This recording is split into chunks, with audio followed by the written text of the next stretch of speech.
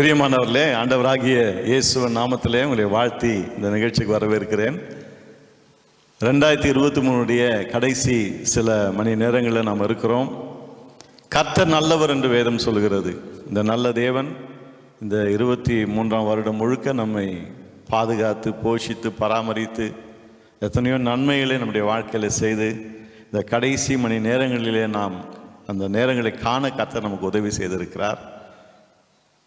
இன்றைக்கு ஒரு முக்கியமான காரியத்தை குறித்து நாம் படிக்க போகிறோம். அது என்னன்னு சொன்னால், தேவனுடைய வாக்குத்தத்தங்களை குறித்து நிறைய சந்தேகங்கள் நமக்கு இருக்குது. ஏன் பல நேரங்களில் தேவனுடைய வாக்குத்தத்தத்தை நாம் விசுவாசித்தோம், அந்த வார்த்தைகள் அந்த வாக்குத்தத்தங்கள் நம்முடைய வாழ்க்கையில் நடக்கலை அப்படின்னு சொல்லிட்டு, ஒருவேளை இந்த வருஷம் முழுக்க நீங்கள் சில காரியங்களுக்காக தேவனுடைய வாக்குத்தத்தங்களை பற்றி கொண்டு ஜெபம் பண்ணியிருக்கலாம். ஜெபித்தும் விசுவாசித்தும் அந்த காரியங்கள் இன்னும் நடக்காமல் இருக்கலாம். இதுக்கு பல காரணங்கள் இருக்குது. நம்ம எல்லாவற்றையும் பார்க்க போகிறது கிடையாது.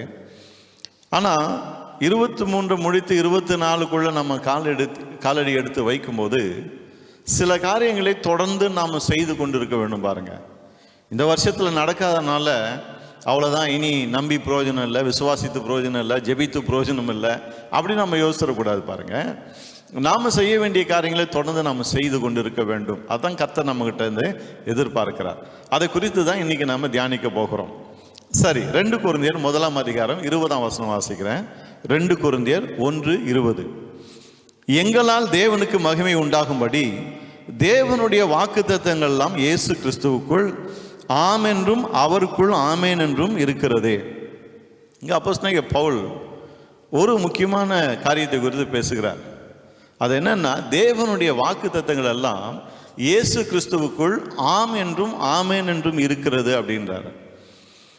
இந்த வசனத்துக்கு சில வியாக்கியானங்கள் கொடுக்குறாங்க. அதில் ஒரு வியாக்கியானம் எப்படி இருக்குன்னு சொன்னால், தேவனுடைய வாக்குத்தத்தங்கள்லாம் இயேசு கிறிஸ்துவுக்குள் ஆம் என்றும் ஆமேன் என்றும் இருக்குது. ஆனால் அந்த வாக்குத்தத்தங்கள் உங்களுக்கு கொடுக்கப்பட்டதா? சும்மா எல்லா வாக்குத்தத்தங்களையும் நீங்கள் உங்களுக்கு சொந்தமாக்கிக்காதீங்க. தேவன் யாருக்கோ எப்போ சொல்லியிருக்கிறாரு, அது அவங்களுக்கு சொந்தம். இயேசு கிறிஸ்துவுக்குள்ள அது அவங்களுக்கு நடந்து முடிந்திருக்கிறது. ஆகவே நீங்கள் அதை சொந்தம் பாராட்ட வேண்டிய அவசியம் இல்லை, ஏன்னா அது உங்களுக்கு கிடையாது அப்படின்ற மாதிரி சொல்கிறாங்க. அதுக்கு ஒரு விளக்கமும் கொடுக்குறாங்க. என்ன சொல்கிறாங்க, இங்கே தேவனுடைய வாக்குத்தத்தத்தை பற்றி பேசல, மாறாக பவுல் சொல்கிறார், எங்களால் தேவனுக்கு மகிமை உண்டாகும்படி அப்படின்னு சொன்னால், தேவனுடைய வாக்குத்தத்தங்கள் இயேசு கிறிஸ்துவுக்குள்ளே எப்படி நிச்சயமாக நிறைவேறுகிறதோ அதே போல் நாங்களும் எங்களுடைய வார்த்தையில் எங்களுடைய வேலையில் ஆமேன் என்பது போல தான் இருக்கிறோம். ஊழியக்காரராகி நாங்கள், குறிப்பாக பவுல் தன்னை பற்றி பேசுகிறாரு. தன்னை பற்றி பேசும்போது சொல்கிறாரு, நான் ஆமாம் இல்லை அப்படியெல்லாம் சொல்ல மாட்டேன், வரேன்றது அப்புறம் வராமல் போகிறது, வரமாட்டேன்றது அப்புறம் வரேன்னு சொல்லுறது, இப்படியெல்லாம் நாங்கள் மாற்றி மாற்றி பேசுறது கிடையாது. தேவனுடைய வாக்குத்தத்தங்கள் எவ்வளோ நிச்சயமோ அதே போல் நாங்கள் செய்கிற காரியம், நாங்கள் பண்ணுகிற பிரசங்கங்கள்லாம் மாறாதவைகள், நிச்சயமானவைகள். பவுல் அதை தான் சொல்ல வர்றாரு. அதை சொல்ல வரும்போது நீங்கள் பாட்டுக்கு இஷ்டத்துக்கு இதை தேவனுடைய வாக்குத்தத்தங்கள் எல்லாம் இயேசு கிறிஸ்துவுக்குள் ஆமென்றும் ஆமேன் என்று இருக்கிறது அப்படின்னு நம்பிட்டு இந்த வாக்குத்தத்தங்கள்லாம் எனக்கு சொந்தம், நீங்கள் எடுத்துக்காதீங்க அப்படின்னு சொல்கிறாங்க. பாருங்கள், இப்போ நல்லா கவனிக்கணும் அருமையானவர்களே.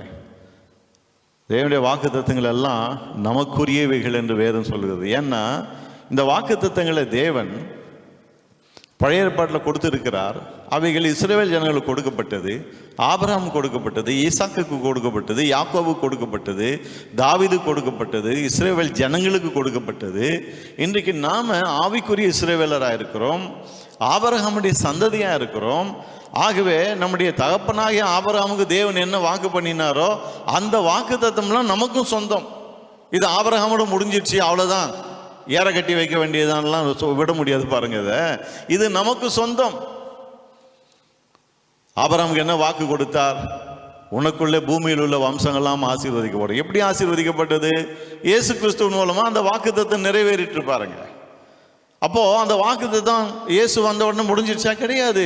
இன்னமும் பூமியில் உள்ள வம்சங்கள்லாம் ஆபிரகாமுக்குள்ளே ஆசீர்வதிக்கப்பட்டு கொண்டே இருக்கிறது. எப்படின்னா, இயேசு இன்னும் நிறைய பேரை தொட்டு கொண்டே இருக்கிறார், மாற்றிக்கொண்டே இருக்கிறார்.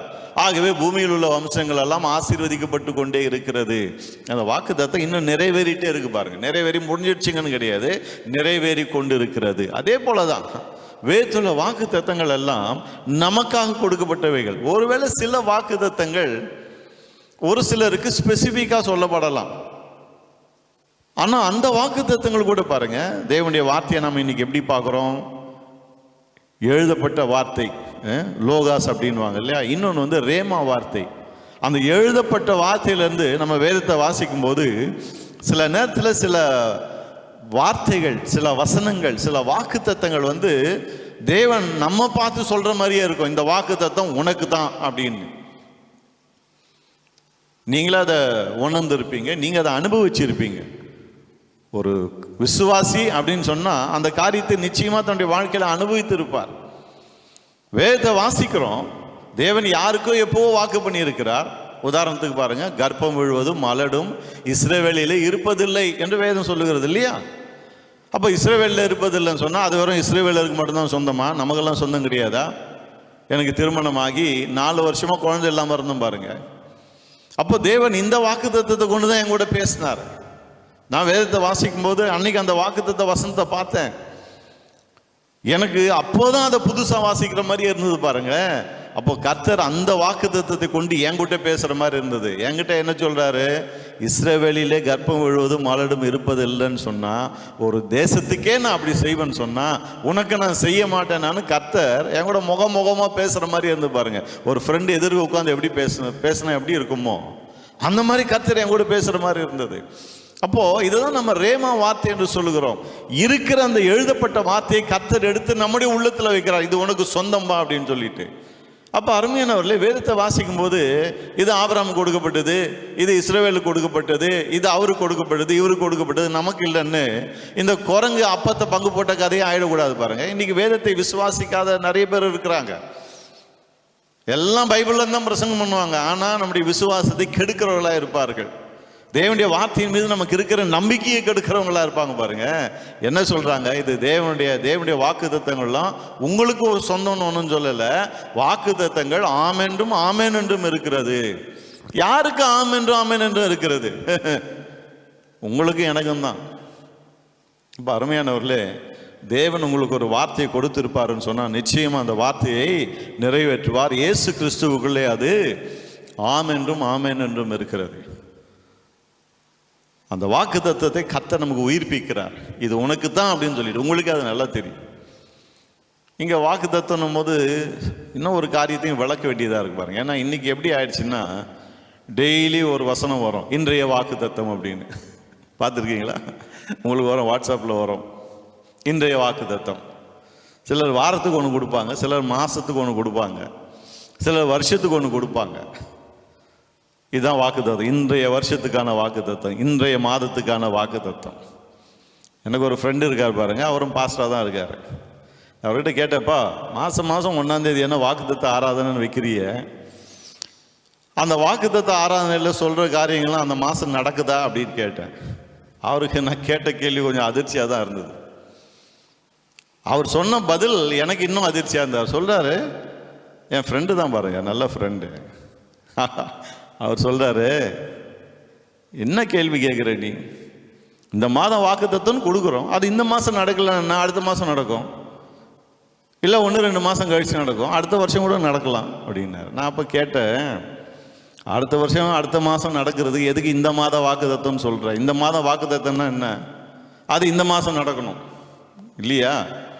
நாளைக்கு வாக்கு கொடுக்குறேன் அப்படின்னு நீங்கள் சொல்கிறீங்க. அப்போ நாளைக்கு நான் வர்றேன், நீங்கள் கொடுக்கணுமா வேணாவா? ஏதோ ஒன்று, ஒரு பொருளை கொடுக்குறீங்க, பணம் கொடுக்குறேன்றீங்க, நாளைக்கு வாங்க கொடுக்குறேன்றீங்க, நாளைக்கு வர்றேன். நான் நாளைக்குன்னு தான் சொன்னேன், அது நான் அடுத்த வாரமாக இருக்கலாம், அது அடுத்த மாதமாக இருக்கலாம். இப்படி சொல்லுவோமா யாராவது? எப்படி விளக்குறாங்க பாருங்க. அதை இந்த மாத வாக்கு தத்துவம்னு என்ன? இந்த மாதமே நடக்கணும்னு ஏதாவது இருக்கா? அப்போ எதுக்கு அதை இந்த மாத வாக்கு தத்துவம் சொல்கிறீங்க? ஒரு பேச்சுக்காக சொல்கிறேங்க, தப்பாக எடுத்துக்காதீங்க. ஏன் நான் சொல்கிறேன்னா, வாக்கு தத்துவம்னா என்ன அதை புரிஞ்சுக்கணும். இப்போ நான் உங்களுக்கு ஒரு வாக்கு தத்துவம் கொடுக்குறேன், அதை நீங்கள் பற்றி கொண்டு ஜெபிக்கிறீங்க, அது ஒரு வேளை உங்கள் வாழ்க்கையில் நடக்கலாம், நடக்காமல் போகலாம். ஏன்னா எந்த அளவுக்கு அதை நீங்கள் உள்வாங்குறீங்கன்னு தெரியாது. ஆனால் நீங்கள் தேவனுடைய வார்த்தையை வாசிக்கும் போது, ஆகவே தான் இங்கே தேவனுடைய வார்த்தையை நம்ம வாசிக்க வேண்டும் என்பதை அதிகமாக வலியுறுத்தி பேசுகிறேன். நீங்கள் தேவனுடைய வார்த்தையை வாசிக்கும் போது தேவன் சில வார்த்தைகளை அப்படியே உங்களுக்கு முன்னாடி ஒரு உயிர்ப்போடு கொண்டு வருகிறார். நான் சொன்னேன் இல்லையா, 4 வருஷமா பிள்ளை இல்லை, இஸ்ரவேலியில கர்ப்பம் முழுவதும் மலடும் இருப்பதில்லை என்ற அந்த வார்த்தை அன்னைக்கு வாசிக்கும் போது, நான் சின்ன வயசுலேருந்து பைபிள் வாசித்திருக்கேங்க. ஆனால் எல்லா முயற்சியும், டாக்டர்கள் போயிட்டு ட்ரீட்மெண்ட் எடுத்து எல்லா முயற்சி செய்தும் பிள்ளை இல்லாமல் கடைசியில் நொந்து போய் இருக்கும்போது அந்த வார்த்தை பாருங்க, கர்த்தர் அன்னைக்கு தர்றார் அந்த வார்த்தையை. அது அப்படியே உயிர் உள்ளதாக வந்தது. அந்த வார்த்தையை நாங்கள் விசுவாசித்தோம், ஜெபித்தோம், கர்த்தர் எங்களுக்கு கொடுத்தாரு பாருங்க. அடுத்த 10வது மாதத்தில் கர்த்தர் எங்களுக்கு குழந்தை கொடுத்தார். ஏன் சொல்கிறேன்னா, வாக்குத்தத்தம்னு சொல்லும்போது சும்மா டெய்லி இந்த வாட்ஸ்அப்பில் வர வாக்குத்தத்தங்கள்லாம் பற்றி நான் சொல்லலை, அதெல்லாம் நல்லது தான், இல்லைன்னு சொல்லலை. ஆனால் அந்த எல்லா வாக்குத்தத்தங்களும் நிறைவேறுவது கிடையாது. ஏன்னு சொன்னால், தேவன் உங்களுக்காக உயிர்ப்பித்து கொடுக்குற அந்த ரேமா வாக்குத்தத்தம் இருக்கு, அதுதான் ரொம்ப முக்கியம். ஏன்னா தேவன் அதை தான் ரொம்ப ஸ்பெசிஃபிக்காக உங்களுக்காக கொடுக்கிறார். அதை நீங்கள் விசுவாசித்து அதை நீங்கள் பற்றி கொள்ளும் போது அந்த வார்த்தைகள் அப்படியே உங்கள் வாழ்க்கையில நிறைவேறும். கர்த்தர் அப்படி செய்கிறார் பாருங்க. எபேசியர் 1:3 அப்போஸ்தலனாகிய பவுல் சொல்லுகிறார், உன்னதங்களிலே ஆவிக்குரிய சகல ஆசீர்வாதத்தினாலும் கர்த்தர் நம்மை ஆசீர்வதித்திருக்கிறார். கிறிஸ்துவுக்குள்ளே எல்லா ஆசீர்வாதத்தினாலும். ஆவிக்குரிய ஆசீர்வாதம் ஒன்று வெறும் ரட்சிப்பு மோட்சலோகம் அப்படி கிடையாது பாருங்க. எல்லா ஆசீர்வாதங்களும் ஆவிக்குரிய மண்டலத்திலே தேவன் நமக்காக வைத்திருக்கிறார். அது அப்படிதான் புரிஞ்சுக்கணும். ஆவிக்குரிய மண்டலத்தில், ஸ்பிரிச்சுவல் ரெல்மில் கர்த்தர் வச்சிருக்கிறார் பாருங்க. அதை நாம் பெற்று அனுபவிக்க வேண்டும் என்று விரும்புகிறார். அதை எப்போ முடியுதுன்னு சொன்னா, தேவனோடு அவருடைய வார்த்தையோடு நாம் ஐக்கியமாகும் போது கர்த்தர் அந்த வாக்குத்தத்தங்களை நமக்கு கொடுக்கிறார். அருமையானவர்களே, இந்த வருஷம் முழுக்க எவ்வளவு பைபிள் வாசித்திருக்கீங்க. கர்த்தர் நிச்சயமா ஏராளமான வாக்குத்தத்தங்களை உங்களுக்கு கொடுத்திருப்பார். பல வாக்குத்தத்தங்கள் உங்கள் வாழ்க்கையில் நிறைவேறி இருக்கும். பல வாக்குத்தத்தங்கள் ஒருவேளை இன்னும் நிறைவேறாமல் இருக்கலாம். நீங்க யோசிக்கலாம், என்ன இதெல்லாம் நடந்துச்சு, இதெல்லாம் இன்னும் நடக்கல, எப்படி அப்படின்னு நீங்க யோசிக்கலாம். நிச்சயம் நிறைவேறும். கர்த்தர் உங்களுக்கு ரேமா வார்த்தையாக கொடுத்துருக்காரு இல்லையா, நிச்சயம் அந்த வார்த்தைகள் வாக்குத்தத்தங்கள் உங்கள் வாழ்க்கையில நிறைவேறியே தீரும். 23 நடக்கலாம் பரவாயில்ல, கர்த்தர் உங்களுக்கு சொன்னாரா 23க்குள்ள டிசம்பர் 31 அதை முடிச்சிருவேன்னு? கிடையாது. நான் உனக்கு இதை செய்வேன்னு அவர் சொல்லியிருக்கிறார் இல்லையா. பல நேரங்களில் ஆண்டவர் டைம் ஸ்பெசிஃபை பண்ணுறது கிடையாது. இந்த காரியம் உங்கள் வாழ்க்கையில் நடக்கும்னு சொல்லுவார். அது எப்போ நடக்கும்னு நமக்கு தெரியாது பாருங்க. அதை குறித்தெல்லாம் இன்னைக்கு நாம பார்க்க போறோம், சுருக்கமாக நான் கவனிக்க போறோம். சரி, இப்போ 2024க்குள்ள நம்ம போக போறோம் இல்லையா. உங்களுக்கு நிறைய பேர் வாக்குத்தத்தங்களை எதிர்பார்த்து காத்து கொண்டு இருப்பீங்க. இந்த வருஷம் என்ன வாக்குத்தத்தம்? சில பேர் போன வருஷம் சொன்னதே இன்னும் ஒன்றும் நடக்கல, இது 24 வேற வந்துடுச்சு. நிறைய பேருக்கு அந்த கேள்வி இருக்கு பாருங்க, ஏன் அவன் நடக்கல? 23 தான் நடக்கும்னு சொன்னாங்களே, ஏன் நடக்கலன்னு? அது சொன்னவங்ககிட்ட தான் நீங்கள் கேட்கணும், என்கிட்ட கேட்கக்கூடாது. நீங்களும் மண்டை போட்டு உடைச்சிட்டு இருக்காருங்க ஏன் நடக்கலன்னு. ஆகவே தான் சொன்னேன், ரேமா வார்த்தையை வருகிற வாக்குத்தத்தங்கள் நிச்சயமாக கர்த்தர் நிறைவேற்றுவார். அது கூட 23க்குள்ள நடத்துவேன்னு சொன்னால் நடத்துவார். இல்லாட்டி அவர் எப்போ டைம் வச்சிருக்காரோ அப்போ தான் அதை செய்வார். சரி, அப்போ அந்த தேவன் நமக்கு கொடுத்திருக்க வாக்குத்தத்தங்கள் ரேமா வார்த்தையா உருவாகி நம்முடைய ஆவியில போய் நிக்குது பாருங்க. அந்த வாக்குத்தத்தங்களை கர்த்தர் நம்முடைய வாழ்க்கையில நிறைவேற்ற விரும்புகிறார். ஆகவே தான் அந்த வாக்குத்தத்தங்களை எடுத்து நமக்கு உயிர்ப்பித்து கொடுத்து இருக்கிறார். அப்போ வருஷங்கள் உருண்டோடும் போது இந்த வருஷம் நடக்கலையே அப்படின்னு சோர்ந்து போயிடாதீங்க. அடுத்த வருஷம் ஒன்று இருக்கு, அதுக்கு அடுத்த வருஷம் ஒன்று இருக்கு. கர்த்தர் நிச்சயமாக உங்களுக்கு கொடுத்த வாக்குத்தத்தங்களை நிறைவேற்றுவார். ஆனால் அதற்கு நாம் சில காரியங்களை செய்ய வேண்டியதாக இருக்குது பாருங்கள். அதை மட்டும் சுருக்கமாக பார்த்துட்டு போயிடும். வாக்குத்தத்தங்கள் நிறைவேறுவதற்கு நாம் செய்ய வேண்டிய சில காரியங்கள். எசேக்கியேல் 36 35லேருந்து 37 வரைக்கும் வாசிக்கிறேன். எசேக்கியேல் 36 35லேருந்து 37 வரைக்கும். பாழாய் கிடந்த இத்தேசம் ஏதேன் தோட்டத்தை போலாயிற்றென்றும் அவாந்தரமும் பாழும் நிர்மூலமுமாயிருந்த பட்டணங்கள் அரணிப்பானவைகளும் குடியேற்றப்பட்டவைகளுமாய் இருக்கிறது என்றும் சொல்லுவார்கள். கர்த்தராகிய நான் நிர்மூலமானவைகளை கட்டுகிறேன் என்றும் பாழானதை பயிர் நிலமாக்குகிறேன் என்றும் அப்பொழுது உங்களை சுற்றிலும் உள்ள மீதியான ஜாதிகள் அறிந்து கொள்வார்கள். கர்த்தராகிய நான் இதை சொன்னேன், இதை செய்வேன். கவனிச்சிங்களாங்க, ஆண்டவர் சில காரியங்களை அங்கே வாக்கு பண்ணுகிறார். இஸ்ரவேல் ஜனங்களுக்கு இதெல்லாம் நான் செய்வேன் அப்படின்னு. இப்போ சிறையிருப்பில் இருக்கிறாங்க. சிறையிருப்பிலிருந்து வந்த பிறகு என்னெல்லாம் செய்வார் என்பதை அவர் சொல்றாரு பாருங்க. நீங்க அதை பார்க்கலாம், அதை திரும்ப வாசிக்க விரும்பல. அதை சொல்லிட்டு தான் கடைசியில் என்ன சொல்றாரு? கர்த்தராகிய நான் இதை சொன்னேன், இதை செய்வேன். சரி, நான் சொல்லிட்டேன், நான் செய்வேன் அவர் சொல்றார். அடுத்து என்ன சொல்றாரு பாருங்க, கர்த்தராகிய ஆண்டவர் சொல்லுகிறது என்னவென்றால், இஸ்ரவேல் வம்சத்தாருக்காக நான் இதை அனுகிரகம் செய்யும்படி அவர்கள் என்னிடத்தில் விண்ணப்பம் பண்ண வேண்டும். மந்தை பெருகிறது போல அவர்களில் மனிதரை பெருக பண்ணுவேன். ஆமென். அப்ப பாருங்க, நான் சொன்னேன் நான் செய்வேன் அப்படின்றாரு. அது சொல்லிட்டு என்ன சொல்றாரு, இஸ்ரவேல் புத்திரருக்காக நான் இதை அனுகிரகம் பண்ணியிருக்கேன், கிருபையா நான் இந்த வாக்குத்தத்தங்களை கொடுத்துருக்கேன். ஆனா அவங்க என்ன பண்ணணும், இதை நான் அவர்களுக்கு செய்யும்படி என்னை நோக்கி விண்ணப்பம் பண்ண வேண்டும். நிறைய பேருக்கு ஜபத்தை குறித்து ஒரு கேள்வி வருது. என்ன கேள்வின்னு சொன்னா, தேவனுக்கு தான் எல்லாம் தெரியுமேங்க, செஞ்சுட்டு போக வேண்டியது தானே, எதுக்கு நான் அவர்கிட்ட கேட்கணும்னு விரும்புகிறாரு. நல்ல கேள்விதான். தேவனுக்கு எல்லாம் தெரியும், நமக்கு என்ன தேவைன்னு தெரியும், அப்போ எதுக்கு கேட்கணும்? அதுக்கு பல காரணங்களுக்கு. ஒன்று என்னென்னா, நாம் அவர் மீது, அவருடைய வார்த்தையின் மீது கொண்டு இருக்கிற விசுவாசத்தை அதன் மூலமாய் தெரிய பண்ணுகிறோம். ஆண்டவரே நீங்கள் சொன்னீங்க, நீங்கள் செய்யுங்க அப்படின்னு நம்ம சொல்லும்போது, நீர் உண்மையுள்ளவர், உங்களுடைய வார்த்தை உண்மையுள்ளது, அதை நான் விசுவாசிக்கிறேன் என்பதை நம்ம திரும்ப திரும்ப சொல்கிறோம் பாருங்க. அவர் மீது உள்ள விசுவாசத்தை நாம் அங்கே வெளிப்படுத்துகிறோம். அப்போ கர்த்தர் இங்க என்ன பண்றாரு, என்கிட்ட ஜெபம் பண்ணுங்க, வாக்குத்தத்தம் கொடுத்தது நான் தான், நான் சொல்லிட்டேன், நான் செய்வேன் சொன்னதும் அவர் தான். ஆனா என்ன சொல்றாரு, நீங்கள் விண்ணப்பம் பண்ண வேண்டும் என்று சொல்லுகிறார். அருமையானவர்களே, வாக்குத்தத்தங்களை கர்த்தர் நமக்கு கொடுக்கும்போது அந்த வாக்குத்தத்தங்கள் நிறைவேற வேண்டும் என்று ஜெபிக்க வேண்டியது நம்முடைய கடமை, நம்முடைய பொறுப்பு. இது யாருக்கும் தெரியாத ஒரு விஷயம் கிடையாது. இதை தான் நம்ம காலகாலமாக செய்து கொண்டு இருக்கிறோம். ஆனால் என்னன்னா, பல நேரங்களில் அவர் கொடுத்த வாக்குத்தத்தம் உடனடியாக நிறைவேறாதனால மனம் சோர்ந்து போயிடுறோம் பாருங்க. ஆண்டவர் சொன்னாரே செய்யலையே, உன்னை பெருக பண்ணுவேன்னு சொன்னாரே செய்யலையே, உனக்கு ஒரு நல்ல வேலையை கொடுப்பேன்னு சொன்னார் இன்னும் செய்யலையே, உனக்கு ஒரு வீட்டை கட்டுவேன்னு சொன்னார் இன்னும் செய்யலையே, நம்ம யோசிக்கிறோம். அப்போ ஒரு மனசோர்வு உண்டாகுது பாருங்க.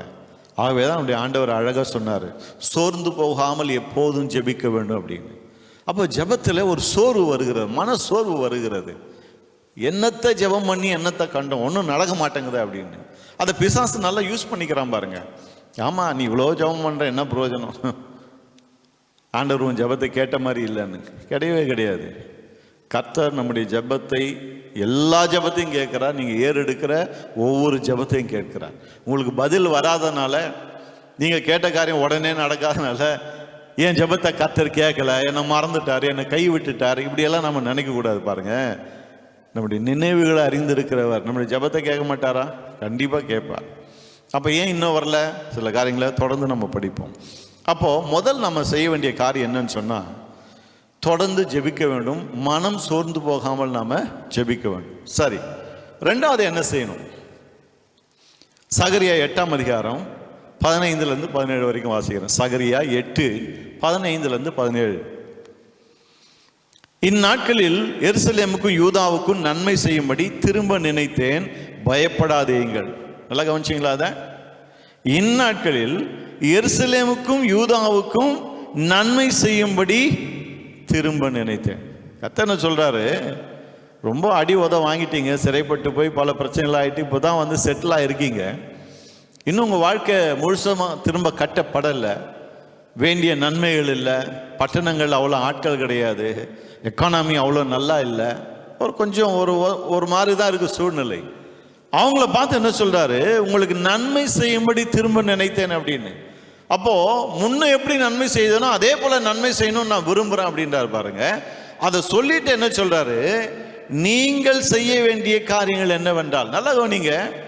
முன்னாடி வசனத்துலேயும் நம்ம என்ன வாசித்தோம், இதை நான் சொன்னேன் நான் செய்வேன்னு சொல்லிட்டு இஸ்ரவேல் ஜனங்கள் இதை நான் அவளுக்கு அனுகிரகம் பண்ணும்படி என்னை நோக்கி விண்ணப்பம் பண்ண வேண்டும் அப்படின்றார். அங்கேயும் தேவனுடைய வாக்குத்தத்தம் நிறைவேறுவதற்கு நாம ஒரு காரியத்தை செய்யணும்னு எதிர்பார்க்கிறாரு.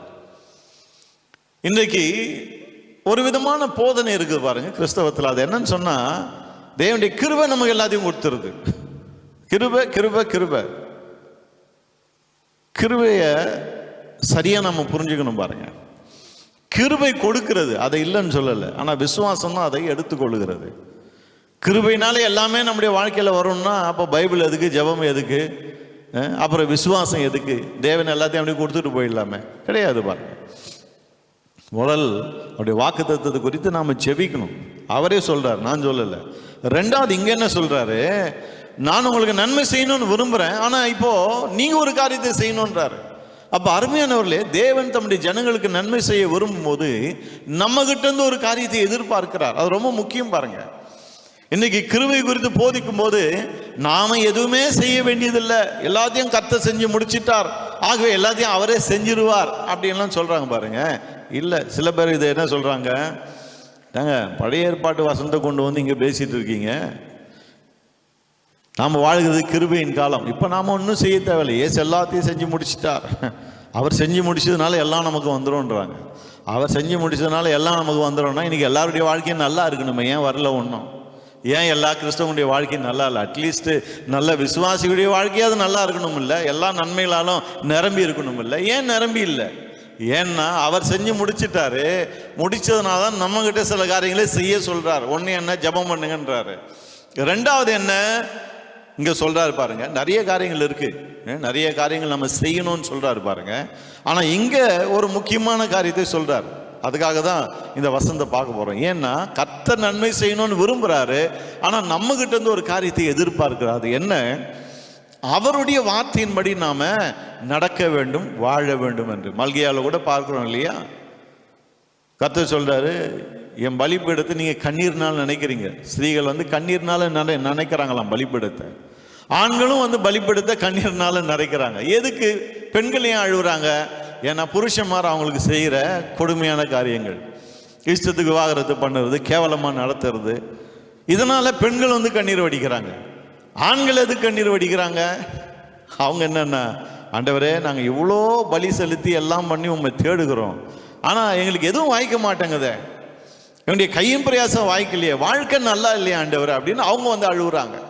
அப்பதான் கர்த்தர் சொல்றாரு, நான் உனக்கு கொடுத்த மனைவியை நீ கேவலமா ட்ரீட் பண்ணிட்டு அவளை அழ வச்சுட்டு நீ ஏன் சமூகத்தில் வந்து அழுது என்ன பிரயோஜனம்? நீ ஏன் சமூகத்தில் வந்து கண்ணீர் விட்டு என்ன பிரயோஜனம்? உன்னால அவங்க அழுதுட்டு இருக்கிறாங்க, நீ வந்து ஆசீர்வாதம் இல்லையேன்னு அழுதுட்டு இருக்க. இன்னைக்கு அதான் நடக்குது பாருங்க. இன்னைக்கு ஆண்டவர்கிட்ட போயிட்டு எல்லாம் கண்ணீர் வடிக்கிறான், ஆண்டவரே ஆசீர்வாதம் இல்லை, என் நோய் இன்னும் சுகமாக்கலை, இந்த நன்மை இன்னும் வரல ஆண்டவரேன்னு நம்ம அழுவுறதில் எல்லாரும் எக்ஸ்பெக்ட் பாருங்க. ஜெபம் பண்ண கண்ணை மூடினோடனே தண்ணி தானாக வந்துடுது, யாரும் அழுகுன்னு சொல்ல வேண்டிய அவசியமே இல்லை. இதில் வேறு சொல்லி கொடுத்துட்றாங்க, நல்லா அழுது ஜெபம் பண்ணு அப்படின்னு. ஜனங்க யோசிக்கிறாங்க, அழுது ஜெபம் பண்ணால் ஆண்டவர் வந்து மனசை இலகிடுவார் அப்படின்னு. கர்த்தர் சொல்கிறாரு, நீங்கள் அழுது ஜெபம் பண்ணியும் பிரயோஜனம் கிடையாது. ஏன்னா மற்றவனை அழ வச்சுட்டு இருக்கிற, நீ வீட்டில் மனைவி அழ வைக்கிற, வீட்டில் புருஷனை அழ வைக்கிற, பிள்ளைங்களை அழ வைக்கிற, சக விசுவாசிகளை அழ வைக்கிற, அதெல்லாம் பார்க்க போகிறோம் நம்ம. இவங்களெல்லாம் அழ வச்சுட்டு நீ வந்து என்கிட்ட அழுதுட்டு இருக்கிற, ஆசீர்வாதம் இல்லைன்னு. அப்போது ஆசீர்வாதத்தை நான் கொடுக்கறது பிரச்சனையே கிடையாது, ஆனால் ஆசீர்வாதத்தை பெற்றுக்கொள்ள முடியாதபடிக்கு நீயே தடையாக இருக்கிற, அதை தான் கர்த்தர் சொல்ல வர்றாரு பாருங்க. அருமையானவர்களே, இங்கே கர்த்தர் சொல்கிற காரியத்தை கவனிங்க. நன்மை செய்யும்படி நினைத்தேன் அப்படின்றார். ஆகவே தான் சங்கீதத்திலையும் சங்கீதக்காரன் சொல்கிறான் இல்லையா, கர்த்தர் நம்மை நினைத்திருக்கிறார், அவர் ஆசீர்வதிப்பார். ஒரு ஆங்கில மொழிபெயர்ப்பு அது ரொம்ப அழகாக இருக்குது பாருங்க. இங்கே ரெண்டு வாக்கியமாக சொல்கிறாங்க, கர்த்தர் நம்மை நினைத்திருக்கிறார், ஆசீர்வதிப்பார். அந்த ஆங்கில மொழிபெயர்ப்பு சொல்லுகிறது, கர்த்தர் நம்மை ஆசீர்வதிப்பதற்காகவே நம்மை நினைத்து கொண்டிருக்கிறாராம். ரெண்டுத்துக்கு எவ்வளோ பெரிய வித்தியாசம் பாருங்க. நம்ம அவருடைய நினைப்பெல்லாம் என்ன, எப்படி நான் இவனை ஆசீர்வதிக்கிறது? அப்போ நினைப்பெல்லாம் நம்ம ஆசீர்வதிக்கணும்னு இருந்தா அப்ப ஏன் ஆசீர்வாதம் வரல? ஏன்னா அவர் நினைக்கிறாரு, அதை செய்ய முடியல. அதுக்கு யார் தடையா இருக்கிறது? நாம தான் தடையா இருக்கிறோம். இங்க வேதம் சில காரியங்களை பற்றி பேசுது பாருங்க. என்ன சொல்லுகிறது? கர்த்தர் சொல்றாரு, நீங்கள் செய்ய வேண்டியது என்னவென்றால், சகரியா 8:15-17 வரைக்கும் வாசிக்கிறேன். நீங்கள் செய்ய வேண்டியது என்னவென்றால், அவனவன் பிறனோடு உண்மையை பேசுங்கள். கவனிச்சிங்களா? சில காரியங்களை கர்த்தர் சொல்றாரு அவங்க கிட்ட, நான் உங்களுக்கு நன்மை செய்யும்படி நினைக்கிறேன், ஆனா நீங்க ஒரு காரியத்தை செய்யணும். என்ன? அதுல முதல் என்ன? அவனவன் பிறனோடு உண்மையை பேசுங்கள். அப்படின்னா என்ன அர்த்தம்? யாரும் பிறனோடு நெய்பர். அன்னைக்கு வந்து இஸ்ரவேல் ஜனங்கள் தேவ ஜனங்கள். ஆகவே எல்லாரும் இன்னைக்கு இதை எப்படி சொல்லலாம்னா, சபையில் இருக்கிற மற்ற விசுவாசிகளோடு உண்மையை பேசுங்கள் அப்படி கூட சொல்லலாம். அல்லது குடும்ப மக்களிடையே உண்மையை பேசுங்கள். பிறன்னா நெய்பர் இல்லையா? நெய்பர்னா எல்லாருமே உடன்படிக்கைக்கு உட்பட்ட ஜனங்கள்.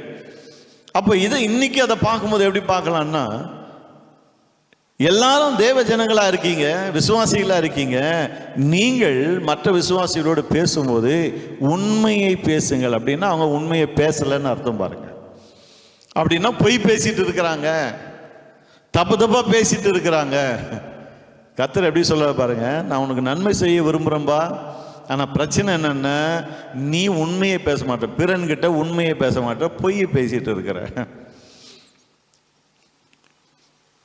கர்த்தர் எவ்வளோ தெளிவாக பேசுகிறார் பாருங்க. அப்போ அருமையானவர்களே, நம்ம சக விசுவாசிகளிடம் பிறரிடம் பொய் பேசி வாழும்போது, தவறான காரியங்களை பேசி வாழும்போது அது கர்த்தருக்கு பிடிக்கிறது இல்லை பாருங்க, அவருக்கு விருப்பமே இல்லை. இன்னைக்கு பொய்யெல்லாம் ரொம்ப மலிவாயிடுச்சு, அதெல்லாம் ஒரு பெரிய தப்பாக யாரும் நினைக்கிறதே கிடையாது. உண்மையை பேசுவது என்று வரும்போது அது ரொம்ப சிரமமாக இருக்கு பாருங்க. கர்த்தர் சொல்றாரு, அவனவன் பிறனோடு உண்மையை பேசுங்க, பொய்யை சொல்லாதீங்க, இல்லாத பொல்லாத சொல்லாதீங்க, உண்மையை பேசுங்கன்றார். எத்தனை பேருக்கு விளங்குது நான் சொல்றது? ஒருவேளை யூடியூப்ல பார்த்துட்டு இருந்தீங்கன்னா காமெண்ட் செக்ஷன்ல போடுங்க விளங்குது அப்படின்னு. உண்மையை பேசுங்கள். ஆமென். சரி, இதுக்கு மேல அதை பற்றி நான் பேச விரும்பல. இரண்டாவது, உங்கள் வாசல்களில் சத்தியத்துக்கும் சமாதானத்துக்கும் ஏற்க நியாயம் தருங்க. வாசல்கள்னு சொன்னால் அந்த காலத்தில் வாசல் தான் கோர்ட் பாருங்க, ஒளிமுக வாசல்னு வாங்க இல்லையா, முக்கியமான இடம், அங்கே தான் நீதிபதிகள்லாம் இருப்பாங்க. அப்போது ஒரு ஆங்கில மொழிபெயர்ப்பு இதை இப்படியே சொல்லுது, உங்களுடைய கோர்ட்டில் அப்படின்னு சொல்லிட்டு, உங்களுடைய நீதிமன்றங்களிலே, உங்கள் நீதிமன்றங்களிலே சத்தியத்துக்கும் சமாதானத்துக்கும் ஏற்க நியாயம் தருங்கள். அப்படின்னா என்ன அர்த்தம்? நீதிமன்றத்தில் சத்தியத்துக்கும் இடம் இல்லை, சமாதானத்துக்கும் இடம் இல்லை. நல்லா கவனிங்க, நீதிமன்றங்கள் சத்தியத்தின்படி நியாய தீர்ப்பு கொடுக்க வேண்டிய இடங்கள், தீர்ப்பு கொடுக்க வேண்டிய இடங்கள், சமாதானத்துக்கு ஏற்க தீர்ப்பு கொடுக்க வேண்டிய இடங்கள். கர்த்தர் சொல்றாரு, உங்கள் நீதிமன்றங்கள்ல இல்லப்பா அதெல்லாம், அங்க சத்தியமும் இல்லை சமாதானமும் இல்லை, சண்டை பிரச்சனை இப்படிதான் இருக்கு. அருமையானவர்ல, இது எப்போ சொல்றாரு? ஏறக்குறைய 2500 வருஷத்துக்கு முன்னாடி சொல்றாரு பாருங்க. அப்பவே எப்படி இருந்தது பாருங்க, தேவ ஜனங்கள் மத்தியில் எப்படி இருந்தது பாருங்க. சத்தியம் இல்லை, சத்தியத்துக்கு ஏற்றபடி நியாய தீர்ப்பு கிடையாது, சமாதானத்துக்கு ஏற்றபடி தீர்ப்பு கிடையாது, நீதிமன்றங்கள் அப்படி இருக்குதுங்க. கர்த்தர் சொல்றாரு, அதை சரி பண்ணுங்க, உங்க ஜுடிஷியல் சிஸ்டமை சரி பண்ணுங்க, உங்க ஜஸ்டிஸ் சிஸ்டமை சரி பண்ணுங்க, ஜனங்களுக்கு நீதி கிடைக்கட்டும், ஜனங்களுக்கு நியாயம் கிடைக்கட்டும், சமாதானமான முடிவுகள் உண்டாகட்டும், சத்தியத்துக்கு ஏற்ப முடிவுகள் தீர்ப்புகள் உண்டாகட்டும். அப்படி இருக்கும்போது நான் உங்களுக்கு நன்மை செய்வேன். ஹல்லேலூயா. நீங்க யோசிக்கலாம், இதே என்கிட்ட சொல்லிட்டு இருக்கீங்க, இதை கோர்ட்ல எல்லாம் போய் சொல்லணும், நீதிபதிகள் கிட்ட தானே சொல்லணும் அப்படின்னு. ரைட்டு தான். ஆனால் இன்னைக்கு நாமளே சில பேர் பாருங்க, சில பேருக்கு நாட்டாமன்னு பேரே வைப்பாங்க. ஏன்னா அவங்க தான் எல்லா பிரச்சனையும் பைசல் பண்ணுவாங்க. வீட்டில் ஏதாவது பிரச்சனை, குடும்பத்தில் ஏதாவது பிரச்சனை, சொந்தக்கார மத்தியில் பிரச்சனை, அவங்க தான் போய் தீர்ப்பு சொல்லுவாங்க பாருங்க. ஏன்னா அவங்க பெரிய மனுஷங்களாக இருப்பாங்க, அவங்க சொன்னால் ஒரு 4 பேர் கேட்பாங்க, அவங்க சொன்னால் ஊர் கேட்கும், அவங்க சொன்னால் சொந்தக்காரெல்லாம் கேட்பாங்க. ஆகவே அவங்க போய் தீர்ப்பு சொல்லுவாங்க. எதுக்கு பிரச்சனை பெருசாக போகிறது, எது கோர்ட்டுக்கெல்லாம் போகிறது, நமக்குள்ளேயே தீர்த்துக்கலாம்னு இப்படியெல்லாம் தீர்ப்பு சொல்கிற ஆட்கள் இருக்காங்க. அப்படிப்பட்ட நிலைமையில நாம் ஒருவேளை இருந்தோம்னு சொன்னால் ஆண்டவர் சொல்றாரு, நீதியாக தீர்ப்பு செய்யுங்க, அங்கே சத்தியம் இருக்கட்டும், முகதாட்சியம் வேண்டாம். இவர் நமக்கு ரொம்ப வேண்டியவர், ஆக அவருக்கு சாதகமாக தீர்ப்பு சொல்லலாம். அப்படி செய்யக்கூடாது. கர்த்தராதான் சொல்றாரு, ஒரு தீர்ப்பு சொல்லக்கூடிய இடத்துல, ஒரு நீதிபதி போன்ற ஒரு இடத்துல நீங்க நிக்கிறீங்கன்னா கர்த்தர் சொல்றாரு, சத்தியத்துக்கு ஏற்ற மாதிரி அங்க தீர்ப்பு சொல், சமாதானத்துக்கு ஏற்ப தீர்ப்பு சொல். நீ சொல்ல தீர்ப்புனால சண்டை வரக்கூடாது. சத்தியமும் சமாதானமும் அங்கே இருக்க வேண்டும் என்கிறார். ஆமென். சரி, 17ஆம் வசனத்துல சொல்ற பாருங்க, ஒருவனும் பிறனுக்கு விரோதமாய் தன் இருதயத்தில் தீங்கு நினையாமலும் பொய்யானையின் மேல் பிரியப்படாமலும் இருங்கள், இவைகள் எல்லாம் நான் வெறுக்கிற காரியங்கள் என்று கர்த்தர் சொல்லுகிறார். நான் வெறுக்கிற காரியங்கள், பொய்யானை, பொய்யானைக்கு மேல ஒரு காரியம் இருக்குது, என்ன? இருதயத்தில் தீங்கு நினைக்காதீங்கன்றார். ரொம்ப டஃப்பான ஒரு காரியம் இல்லை, இதயத்தில். தீங்கு செய்யறதில்லை. இது இதயத்திலே தீங்கு நினையாதிருங்கள். அருமையானவர்களே, கர்த்தர் சொல்றார், இதெல்லாம் நான் வெறுக்கிற காரியங்கள். அப்போ ஒருவரை குறித்து இவன் நாசமா போகணும், இவன் நல்லா இருக்கக்கூடாது, இவன் குடும்பம் அழியணும், இவன் வியாபாரம் நல்லா இருக்கக்கூடாது அப்படின்னு நம்ம இருதயத்தில் நம்ம நினைக்கும் போது நமக்கு வர வேண்டிய நன்மைகள் தடைப்படுகிறது. அதை நம்ம மறந்துடக்கூடாது. அவைதான் கர்த்தர் சொல்றாரு, நன்மை செய்யும்படி திரும்ப நினைச்சேன், பயப்படாதீங்க. ஆனா நீங்க செய்ய வேண்டிய ஒரு காரியம் இருக்காது. என்ன? பிறனுக்கு விரோதமாக இதயத்தில் தீங்கு நினைக்காதீங்க. அவனை எப்படி கெடுக்கலாம், கவுக்கலாம், காலை வாரலாம், காலை தடுக்கி விடலாம், அவங்ககிட்ட இருக்கிற எப்படி பிடுங்கலாம். தீங்கு நினைக்காதீங்க. கர்த்தர் தமிழ் ஜனங்களுக்கு சொல்றாரு பாருங்க. நீங்க வேற யாருக்கோ சொல்றாருன்னு யோசிக்காதீங்க, உங்களுக்கும் எனக்கும் தான் சொல்லுகிறார். இதயத்தில் தீங்கு நினைக்கும் போது என்ன ஆகிறது? நம்முடைய நன்மை தடைப்படுகிறது. அதாங்க ரொம்ப முக்கியம். நம்முடைய நன்மை தடைப்படுது பாருங்க. கர்த்தர் நமக்கு நன்மை செய்வது தடைப்படுகிறது, நமக்கு வர வேண்டிய நன்மைகள் தடைப்படுகிறது, தாமதமாகிறது. பல நேரங்களில் நம்ம அதெல்லாம் யோசிக்கிறதே இல்லை பாருங்க. ஏன் ஆண்டவரே, நான் எவ்வளோ ஜெபிக்கிறேன், எத்தனை வருஷமா ஜெபிக்கிறேன், எவ்வளோ உபவாசிக்கிறேன். நாங்கள் ஜனங்க பேசுறதை நீங்க கேட்கணுமே சில நேரங்களில். ஏதோ இவங்க சைடு எல்லாம் ரைட்டுன்ற மாதிரியும் கர்த்தர் சைடு எல்லாமே ராங்குன்ற மாதிரியும் பேசுவாங்க. ஆண்டவர் சொல்றாரு, பா உனக்கு நன்மை செய்யணும்னு நான் நினைக்கிறேன், ஆனால் நீ சரியில்லையே. நீ உண்மையை பேச மாட்டேங்கிற, சத்தியத்துக்கும் சமாதானத்துக்கும் ஏற்க தீர்ப்பு சொல்ல மாட்டேங்கிற. அப்போ எப்படி நான் உனக்கு நன்மை செய்யறது? நீ இப்படி எல்லாத்தையும் கெட்டதாக செஞ்சிட்டு இருக்க, தப்பாக செஞ்சிட்டு இருக்க. நீ இப்படி செய்யும் போது நான் உனக்கு நன்மை செய்து உன்னை இன்னும் மேலும் பலக்க பண்ணினா, அப்ப இன்னும் இந்த மோசமான காரியத்தில் இன்னும் வேரூன்றி மேலே போவ. அதனால இன்னும் நிறைய பேருக்கு கெடுதல் உண்டாகும். ஆகவே நான் உனக்கு நன்மை செய்ய முடியாது. அதுதான் கர்த்தர் சொல்றாரு பாருங்க. இப்போ கர்த்தர் நம்மகிட்ட என்ன எதிர்பார்க்கிறார்? அவருடைய வார்த்தையின்படி நாம் செய்ய வேண்டும். சொல்றாரு, இதயத்தில் கூட தீங்கு நினைக்காதீங்க. ஆண்டவருடைய மலை பிரசங்கத்தில் பார்த்தீங்கன்னா பல காரியங்களை சொல்றாரு. இதயத்திலேருந்து கிள்ளி எறிங்க, ஆக்ஷன் வரைக்கும் போக விடாதீங்க, இதயத்திலே கிள்ளி எறிங்கன்றார். கோபம் வரைக்கும் கூட வர விடாதீங்கன்றார். பவுல் சொல்றாரு, சூரியன் அஸ்தமிக்கிறதுக்கு முன்ன ஒரு கோபம் தனியே கடவுது அப்படின்னு. இப்போ அருமையானவர்களே, உள்ளத்தில் இந்த கோபம், பழி வாங்குற எண்ணம், காழ்ப்புணர்ச்சி, பகைமை, வெறுப்பு இதெல்லாம் இருக்குன்னு சொன்னால் இதெல்லாம் என்ன பண்ணுகிறது? அவன் நாசமாக போட்டோம், என் குடும்பத்தை இப்படி அழிச்சானே, என்ன இப்படி அழிச்சானே, நாசமாக போட்டோம், அப்படிதான் யோசிக்க வைக்குது பாருங்க. கர்த்தர் சொல்றாரு, தீங்கு நினைக்காத இதயத்தில். ஏன் ஆண்டவரே இவ்வளோ பண்ணியிருக்கானா எனக்கு? அவன் பண்ணது இருக்கட்டும், நீ உள்ளத்தில் தீங்கு நினைக்காத. ஏன்னா நீ நினைக்கும் போது உனக்கு நான் நன்மை செய்வது தடைப்படுகிறது. பிரியமானவர்களாம், பேசுகிற காரியம் உங்களுக்கு நல்லா விளங்கும்னு நான் நம்புகிறேன். இன்றைக்கு கர்த்தர் நம்மோடு கூட பேசி கொண்டு இருக்கிறார். நீங்கள் யோசிக்கலாம், ஏன் ஆண்டவரை இந்த 2023 முழுக்க எவ்வளவோ நாம் நம்பினேன் ஆண்டவர் இந்த காரியம் நடக்கணும்னு. ஏன் நடக்கலை? பல காரியங்கள் இருக்குது. அது ஒரு காரியம் என்னென்னா, கர்த்தர் சில காரியங்களை நம்மகிட்ட எதிர்பார்க்குறார். தொடர்ந்து ஜெபிக்கணும், தொடர்ந்து அவருடைய வார்த்தையின்படி நம்ம வாழணும்னு எதிர்பார்க்குறாரு பாருங்க. மற்றவங்களை கண்ணீர் சிந்த விட வச்சுட்டு கர்த்தர் நமக்கு நன்மை செய்வார்னு எப்படி எதிர்பார்க்க முடியும்? மல்கியாவில் தான் வாசிக்கணும். பிறனுக்கு தீங்கு செய்யும்படி உள்ளத்தில் நினைச்சிட்டு கர்த்தர் எனக்கு நன்மை செய்வார் எப்படி எதிர்பார்க்க முடியும்? எப்போ பார்த்தாலும் சத்தியமாக சொல்கிறேன், அம்மா மேலே சத்தியமாக சொல்கிறேன்னு பொய் சத்தியம் போட்டுக்கிட்டே இருந்தா கர்த்தர் எப்படிங்க நன்மை செய்ய முடியும்? கர்த்தர் சொல்கிறாரு, மாற்றிங்க, உங்களை மாற்றிங்க.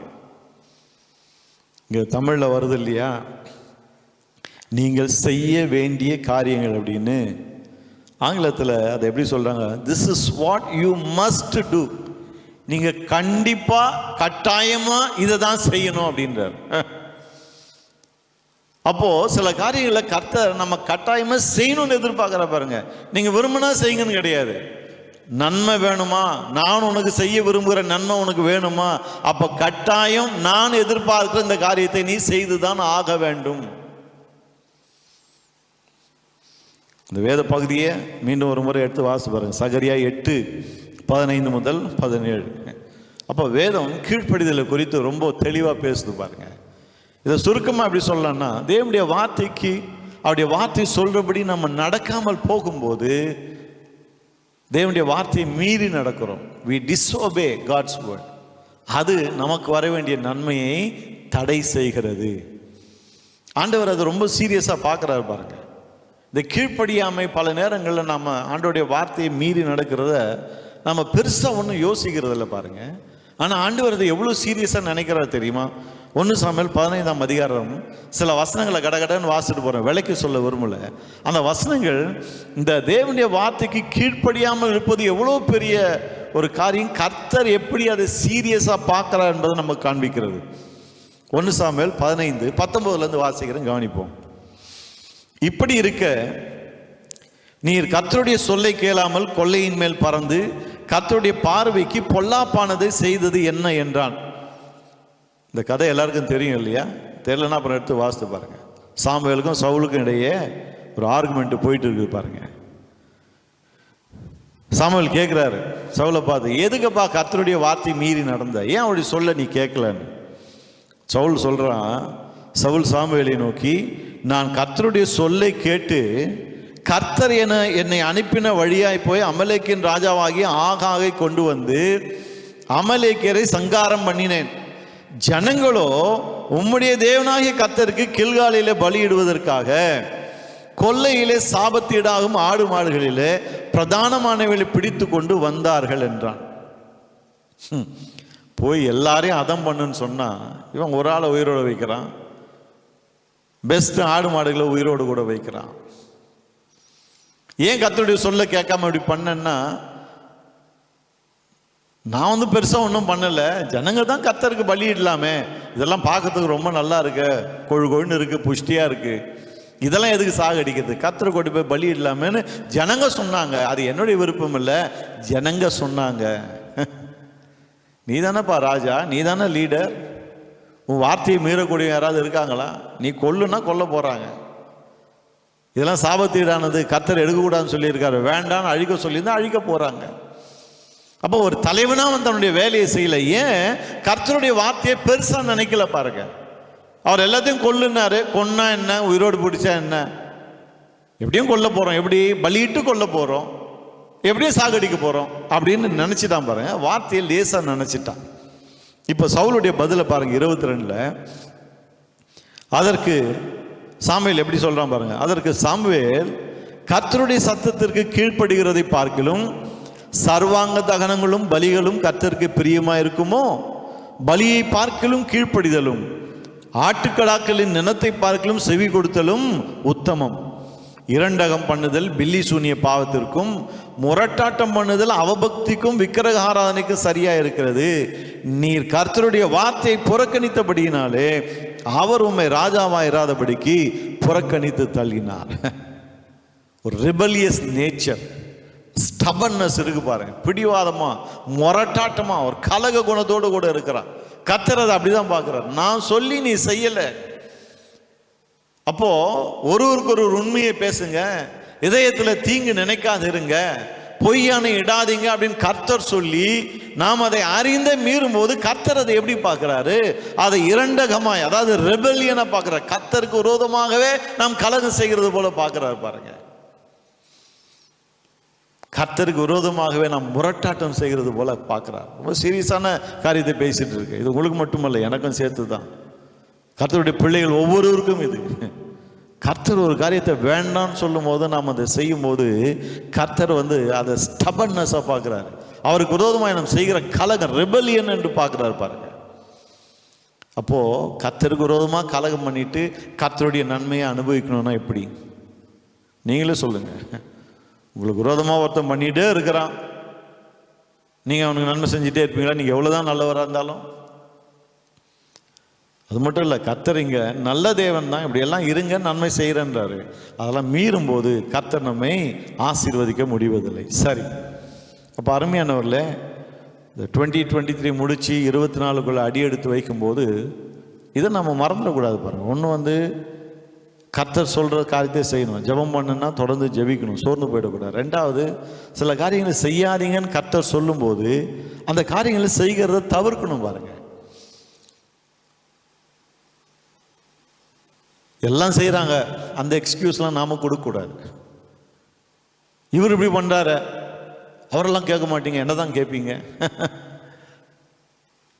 கர்த்தர் எல்லாருக்கும் சொல்றாரு, கேட்டு நடந்தால் நமக்கு நன்மை. நம்ம அவங்கள பார்த்து வாழ வேண்டியவர்கள் அல்ல, வேதத்தை பார்த்து இயேசுவை பார்த்து வாழ வேண்டியவர்கள். ஆண்டவர் இதை செய்யாதன்னு சொல்லும்போது அதை செய்யாமல் இருக்கும்போது தான் நமக்கு நன்மை உண்டாகிறது. அப்போது இது வரைக்கும் நடக்கலைன்னா கொஞ்சம் யோசித்து பார்க்கணும் பாருங்கள். இந்த நாட்கள் அதுக்கு பயன்படுத்துங்க. 2024 போகும்போது ஒரு கான்ஃபிடென்ஸோடு கூட போங்க. சரி, மூணாவது காரியம் என்னென்னா விசுவாசமும் பொறுமையும். எபிரேயர் 6ஆம் அதிகாரம் 11-15 வரைக்கும் வாசிக்கிறேன். எபிரேயர் 6:11-15. நீங்கள் அசதியாக இராமல் வாக்குத்தத்தமான ஆசீர்வாதங்களை விசுவாசத்தினாலும் நீடிய பொறுமையினாலும் சுதந்திரித்துக் கொள்ளுகிறவர்களை பின்பற்றுகிறவர்களாக இருந்து உங்களுக்கு நம்பிக்கையின் பூரண நிச்சயம் உண்டாகும்படி நீங்கள் யாவரும் முடிவு பரியந்தம் அப்படியே ஜாக்கிரதையை காண்பிக்க வேண்டும் என்று ஆசையா இருக்கிறோம். ஆபிரகாமுக்கு தேவன் வாக்குத்தத்தம் பண்ணின போது ஆணையிடும்படி தம்மிலும் பெரியவர் ஒருவரும் இல்லாதபடியினாலே தமது பேரில்தானே ஆணையிட்டு, நிச்சயமாக நான் உன்னை ஆசீர்வதிக்கவே ஆசீர்வதித்து உன்னை பெருகவே பெருக பண்ணுவேன் என்றார். அந்தபடியே அவன் பொறுமையாய் காத்திருந்து வாக்குத்தத்தம் பண்ணப்பட்டதை பெற்றான். பல நேரங்களில் கிறிஸ்தவ வாழ்க்கையில் விசுவாசம் நமக்கு பிரச்சனையே கிடையாது, பொறுமை தான் பிரச்சனை. பாருங்க, இங்கே வேதம் சொல்லுகிறது விசுவாசமும் பொறுமையும் ரெண்டும் தேவை. சிலர் தான் உதாரணம் காட்டுகிறது, குறிப்பாக ஆபிரகாமை உதாரணம் காட்டுகிறது. அவன் பொறுமையாக இருந்தான், அவனுடைய விசுவாசத்தை பற்றி நமக்கு தெரியும். ஆனால் பொறுமை, அந்த பொறுமையை பற்றி பேசுது பாருங்க. அப்போ அருமையானவர்களே, கர்த்தருடைய வார்த்தை நிறைவேறாதனால, கர்த்தர் உங்களுக்கு கொடுத்த வாக்குத்தத்தம் இன்னும் நிறைவேறாதனால இனி நடக்கவே நடக்காதுன்னு ஒன்றும் கிடையாது. கர்த்தர் வாக்கு தவறிட்டார்னு கிடையாது, அவர் பொய் சொல்ல ஒரு மனுஷன் கிடையாது. ஒருவேளை நீங்கள் தொடர்ந்து ஜெபித்து கொண்டே இருக்கலாம், தேவனுடைய வார்த்தையின்படி வாழ்ந்து கொண்டு இருக்கலாம். மூன்றாவது ஒரு முக்கியமான காரியம், இதோட அதான் உங்களை எல்லாம் முடிஞ்சிச்சுன்னு கிடையாது பாருங்க, முக்கியமான சில காரியங்களை சொல்லிட்டு இருக்கேன். மூன்றாவது முக்கியமான காரியம் என்ன, இந்த விசுவாசமும் பொறுமையும். நிறைய பேர் எங்கே லூஸ் பண்ணுறாங்கன்னா, இந்த விசுவாசத்தில் பொறுமையில் நிறைய பேர் இந்த விசுவாசத்தில் கூட பாஸ் பண்ணிடுறாங்க, அந்த பொறுமையில் தோத்து போயிடுறாங்க பாருங்க. ஆகவே தான் சங்கீதக்காரன் சொல்லுகிறான், அவருடைய சத்தியம் உனக்கு பரிசையும் கேடகமாக இருக்கு. சத்தியம் சொன்னால் ஃபெய்த்ஃபுல்னஸ், ஆங்கிலத்தில் நீங்கள் வாசிங்கன்னு சொன்னால் is faithfulness shall be your shield என்று வருகிறது. சத்தியம் சொன்னால் அந்த எபிரேய வார்த்தையை நீங்கள் சத்தியம் என்றும் மொழிபெயர்க்கலாம், உண்மை என்றும் மொழிபெயர்க்கலாம். தமிழில் சத்தியம் மொழிபெயர்த்துருக்காங்க, ஆங்கிலத்தில் பல மொழிபெயர்ப்புகளை அந்த ட்ரூத் அதை எடுத்துட்டு ஃபெய்த்ஃபுல்னஸ்ன்னு போடுறாங்க. அப்போ சங்கீதக்காரன் நமக்கு சொல்லிக் கொடுக்குற காரியம் என்ன, தேவனுடைய அந்த ஃபெய்த்ஃபுல்னஸ் இருக்கு இல்லையா, அதுதான் நம்முடைய ஷீல்டு மாதிரி பாருங்க. அதுதான் நம்மை தற்காக்கிறது. ஏன்னா பிசாசு வந்து நம்ம தாக்கிட்டே இருக்கிறான். வாக்குத்தத்தத்தை விசுவாசிக்கிற எங்க ஒண்ணுமே நடக்கல, எவ்வளவு ஜெபிக்கிற ஒண்ணுமே நடக்கல, தேவனுடைய வார்த்தையின்படி நீ நடக்கிற உனக்கு ஒண்ணுமே நடக்கலையே, என்ன பண்ணி என்ன பிரயோஜனம், ஒண்ணுமே நடக்கலன்னு. அப்போ தேவனுடைய ஃபெய்த்ஃபுல்னஸ் நமக்கு ஒரு ஷீல்டு மாதிரி இருக்கு, அதை வச்சு தடுக்கிறோம். என்ன சொல்றோம், தேவன் உண்மையுள்ளவர், அவர் சொன்னதை செய்வார். உபாகமம் 7:9 தான் வாசிக்கிறோம், அவர் சொன்னதே அவர் செய்வார். அவர் உடன்படிக்கை பண்ணி இருக்கிறார், சொன்னதே அவர் செய்வார். அவருடைய உண்மை தன்மையை நம்ம ஷீல்டா பிடிச்சிக்கிறோம் பாருங்க. பிசாச அடிக்கிற எல்லா அம்புகளும் அவருடைய உண்மைத்தன்மை என்னும் அந்த ஷீல்டில் பட்டு பட்டு பட்டு விழுது பாருங்க. நம்மை அவைகள் தாக்குவது கிடையாது. ரொம்ப முக்கியம் பாருங்க, கர்த்தர் உண்மையுள்ளவர் என்பதை நாம புரிஞ்சுக்கணும். ஆகவேதான் சங்கீதக்காரன் சொல்றான், ஆண்டவரே உம்முடைய உண்மை சூழ்ந்திருக்கிறது. அப்போ கர்த்தரை நம்ம விசுவாசிக்கிறோம், அப்படி உண்மைத்தன்மையை விசுவாசிக்கிறோம். குறிப்பாக தேவனால் எல்லாவற்றையும் செய்ய முடியும், அந்த வல்லமையில நமக்கு சந்தேகம் கிடையாது. ஆனால் அவருடைய ஃபெய்த்ஃபுல்னஸ் சில நேரத்தில் சந்தேகப்பட்டு பாருங்க. அதை சந்தேகப்படாமல் அதையே கேடகமாய் பிடித்து நிற்கும் போது காரியங்கள் நடக்க ஆரம்பிக்கிறது. குறிப்பாக ஆபிரகாம் பற்றி சொல்லும்போது அவனுடைய பொறுமையை குறித்து வேதம் சொல்லுது பாருங்க. இந்த பொறுமையை கர்த்தர் நம்மகிட்ட ரொம்ப எதிர்பார்க்கிறார். வேதம் முழுக்க நீங்க வாசிங்கன்னு சொன்னா நம்ம கர்த்தருக்கு காத்திருக்க வேண்டும் என்று வேதம் சொல்லுது. அதுதான் பொறுமை. கர்த்தருக்கு காத்திருக்கிறவர்களோ புது பலன் அடைந்து அப்படின்லாம் வாசிக்கிறோம் இல்லையா. சங்கீதம் 37:7 என்ன வாசிக்கிறோம், கர்த்தரை நோக்கி அமர்ந்து அவருக்கு காத்திரு. எதுக்குங்க கர்த்தருக்கு காத்திருக்கணும்? ஏன்னா அவர் காரியங்களை அவர் எந்த நேரத்தில் அவைகள் நடக்க வேண்டும் என்று நியமித்திருக்கிறாரோ அந்த நேரத்தில் நடப்பிக்கிறார். தேவன் அந்தந்த காரியங்களை அதன் காலத்தில் நேர்த்தியாக நடப்பிக்கிறார்னு வேதம் சொல்லுது. அப்போ எல்லாத்துக்கும் ஒரு காலம் வைத்திருக்காரு பாருங்க. நீங்கள் யோசிக்கலாம், ஐயோ இந்த நன்மை எனக்கு இப்போவே வேணும்னு. இல்லை, அதுக்கு ஒரு டைம் இருக்கு பாருங்க. உங்களுக்கு இப்போவே வேணும்னா கர்த்தர் இப்போ அதை செஞ்சுட்டு இருப்பாரு. ஒருவேளை சில காரியங்கள் சரியில்லாதனால அது நடக்காமல் இருக்கலாம். ஆனால் எல்லாம் சரியாக இருந்தால் கூட ஏன் இன்னும் நடக்கலைன்னா அவருடைய டைமிங்னு ஒன்று இருக்கு பாருங்க. அந்த நேரம் வரும்போது அந்த காரியத்தை கர்த்தர் நமக்கு செய்கிறார். ஆகவே தான் புலம்பல் 3:25 என்ன வாசிக்கிறோம்? தமக்கு காத்திருக்கிறவர்களுக்கும் தம்மை தேடுகிற ஆத்துமாவுக்கும் கர்த்தர் நல்லவர். ஹல்லேலூயா.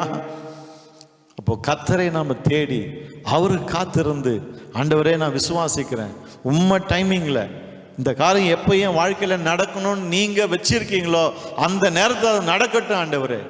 நீங்கள் சமயம் தப்பி எதையும் செய்கிறது கிடையாது, நீங்கள் முந்தி செய்கிறதும் கிடையாது, பிந்தி செய்கிறதும் கிடையாது. Your on time every time Lord. ஒவ்வொரு முறையும் சரியான நேரத்தில் செய்கிறவர். அதை நான் விசுவாசிக்கிறேன். நீங்கள் செய்வீங்கன்னு விசுவாசிக்கிறேன். உம்மால அதை கேட்ட பலன் உண்டு. நீர் பராக்கிரமம் செய்கிறவர், அதிசயங்களை செய்கிறவர். அதை நான் விசுவாசிக்கிறேன் ஆண்டவரே.